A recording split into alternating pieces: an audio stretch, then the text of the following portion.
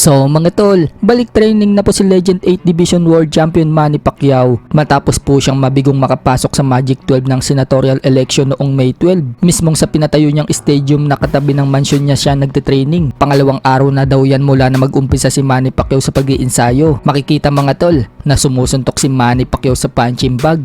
Mabilis at malakas pa rin si Manny Pacquiao. Wala pa din siyang kupas. Ang kagandahan ngayon sa training camp ni Manny Pacquiao, mismong katabi lang ng mansion niya siya nag-iinsayo. Hindi na niya kailangan na bumiyahe pa na malayo mga tol para makapag-insayo. At dyan na din po nagja-jogging si Manny Pacquiao. Napakalawak po kasi ng paligid ng mansion niya. Makakapag-focus talaga si Manny Pacquiao ng gusto sa pagtitraining mga tol. Lalo pat nasa tabi lang niya ang mga inspirasyon niya sa buhay, ang kanyang pamilya. Sumigla nga din po ngayon ang mundo ng boxing mga tol. Mula nang i-anunsyo ni Manny Pacquiao ang pagbabalik niya sa ibabaw ng ring ngayong July 19, kalaban ng WBC Welterweight World Champion na si Mario Barrios. Kabi-kabila ang balita tungkol kay Pacquiao. Sa artikulo nga po ng Boxing Scene, sinabi din dyan mga tol na nagbabalik sigla na umano ngayon ang boxing dahil kay Manny Pacquiao. Sa ulat nga po na yan, sinabi ng dating tinalo ni Manny Pacquiao na si Chris Algieri, bagamat hindi daw maganda ang naging huling laban ni Manny Pacquiao dito kay Yordenes Ugas kung saan natalo si Pacquiao. Hindi lang daw celebrity si Manny Pacquiao, kundi legendary din daw ito. Hindi man umano niya gusto na na-skip ni Manny Pacquiao yung mga karapat dapat na mapalaban sa world title ng mga contender. Pero lahat daw ngayon kay Pacquiao nakatuon.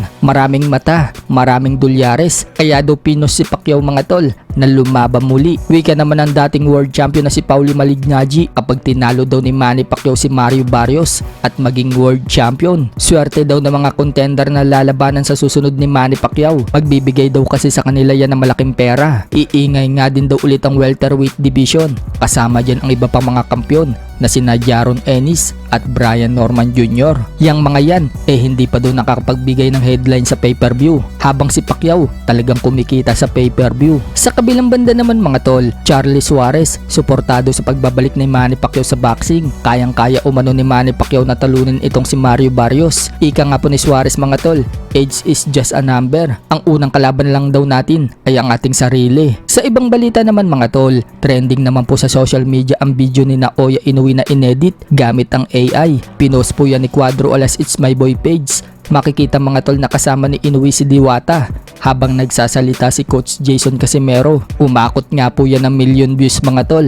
Makikita kasi na parang namamakla itong si Inoue at si Diwata ang kanyang jowa. Sa iba pang balita mga tol, nagkaharap na po si Edgar Berlanga at Hamza Siras. Nakatakda po ang laban nila mga tol sa July 12 sa New York. Naging mainit nga po itong si Berlanga mga tol. Pumorma po kasi itong si Berlanga na kunwaring pinagbababaril niya itong si Hamza Siras. Hindi pa nakontento si Berlanga. Niratrat pa niya ito na parang si Rambo habang sumasayaw.